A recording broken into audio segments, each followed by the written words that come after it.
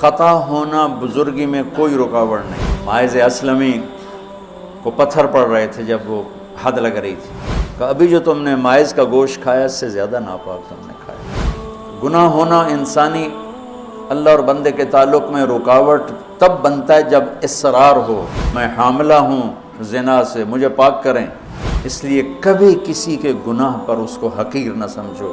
ہاتھ جوڑتا ہوں۔ انہو من یتق، وہ انسان ہی نہیں جس سے خطا نہ ہو، اور پھر وہ انسان ہی نہیں ہے جو خطا پہ شرمندہ نہ ہو، پھر وہ شیطان ہے۔ خطا ہونا بزرگی میں کوئی رکاوٹ نہیں۔ صحابہ کی خطاؤں کو اللہ نے قرآن میں ذکر کیا، صحابہ سے ہر بڑے سے بڑی خطا ہوئی، اس میں ایک پیغام تھا کہ اتنے بڑے مقام والے سے بھی خطا ہو سکتی ہے اور اللہ کے تعلق میں کوئی کمی نہیں آ سکتی۔ توبہ۔ ماعز اسلمی کو پتھر پڑ رہے تھے جب وہ حد لگ رہی تھی، تو دو آدمی آپس میں باتیں کر رہے تھے، دیکھو اچھا بھلا اس پر پردہ ڈال دیا تھا اللہ کے نبی نے، یہ خود ہی اپنے آپ کو ذلیل کر کے آ گیا۔ تو جب وہ ان کا انتقال ہو گیا اور وہاں سے واپس ہوئے تو راستے میں ایک گدھا مرا پڑا تھا، تو آپ نے کہا ان دو آدمیوں کو بلاؤ، وہ دونوں آ گئے۔ آپ نے فرمایا اس کا بیٹھ کے گوشت کھاؤ۔ یا رسول اللہ، یہ آپ کیا فرما رہے ہیں؟ ناپاک، حرام، مردار۔ کہ ابھی جو تم نے ماعز کا گوشت کھایا اس سے زیادہ ناپاک تم نے کھایا۔ کہ تم اس کی غیبت کر رہے، اور میں محمد مصطفیٰ اللہ کی قسم کھا کے کہتا ہوں میں اسے دیکھ رہا ہوں جنت کی نہروں میں نہاتا پھر رہا۔ گناہ ہونا انسانی اللہ اور بندے کے تعلق میں رکاوٹ تب بنتا ہے جب اصرار ہو، کرتا ہی جائے کرتا ہی جائے، اس لیے کبھی کسی کے گناہ پر اس کو حقیر نہ سمجھو۔ ہاتھ جوڑتا ہوں۔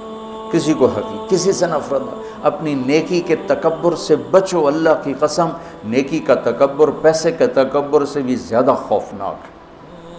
ہم ایسے، ہم ایسے، تم ایسے، تم ایسے۔ اور امرأہ غامدیہ رضی اللہ تعالیٰ عنہا سے برائی ہو گئی، حاملہ ہو گئیں، اور ان پر قربان جائیں۔ سبحان اللہ کے نبی کے پاس آئیں، میں ماعز کی طرح نہیں ہوں کہ آپ کہیں جا تو نے کوئی نہیں کیا، میں حاملہ ہوں زنا سے، مجھے پاک کریں۔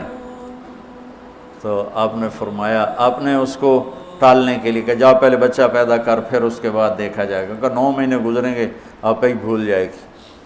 وہ 9 مہینے بعد پھر آ گئی کہ مجھ سے گناہ ہوا ہے، یہ میرا بچہ پیدا ہو گیا ہے، اب مجھے پاک کریں۔ آپ حیران ہو گئے اس کے اس اندر کے بے قراری پر۔ آپ نے پھر دوسرا ہیلا اختیار فرمایا۔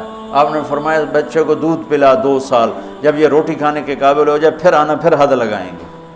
2 سال اس نے دودھ پلایا، اور ایک دن چشم فلک نے دیکھا کہ ایک عورت بچے کو انگلی سے پکڑ کے لا رہی ہے، اور اس بچے کے دوسرے ہاتھ میں روٹی ہے اور وہ کھا رہا ہے، اور آ کر کہتی ہے یا رسول اللہ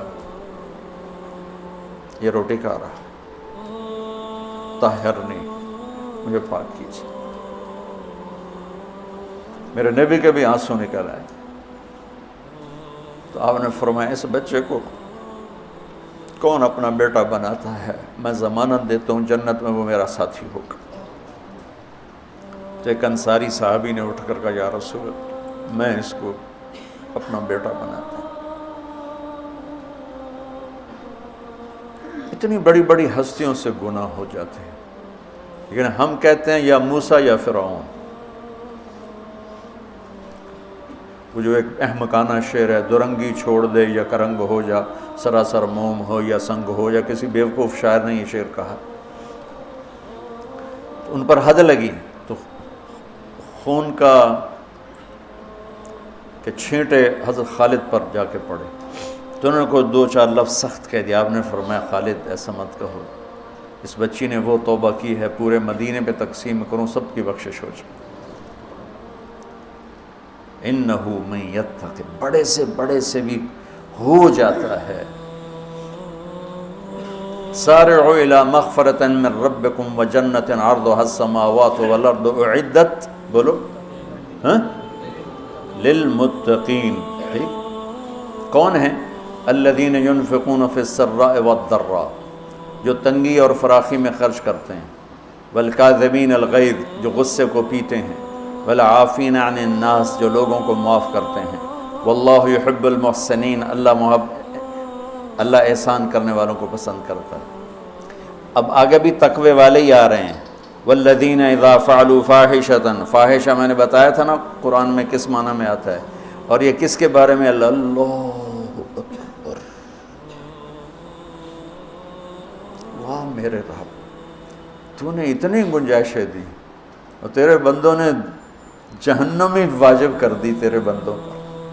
مجھے ایک پڑھا لکھا نوجوان کہنے لگا تسی مولویاں ساڈے کولوں ساڈا رب کھولے، اور ساتھ ہی رونے لگا کہ تساں مولویاں ساڈے کول ساڈا رب کھولے،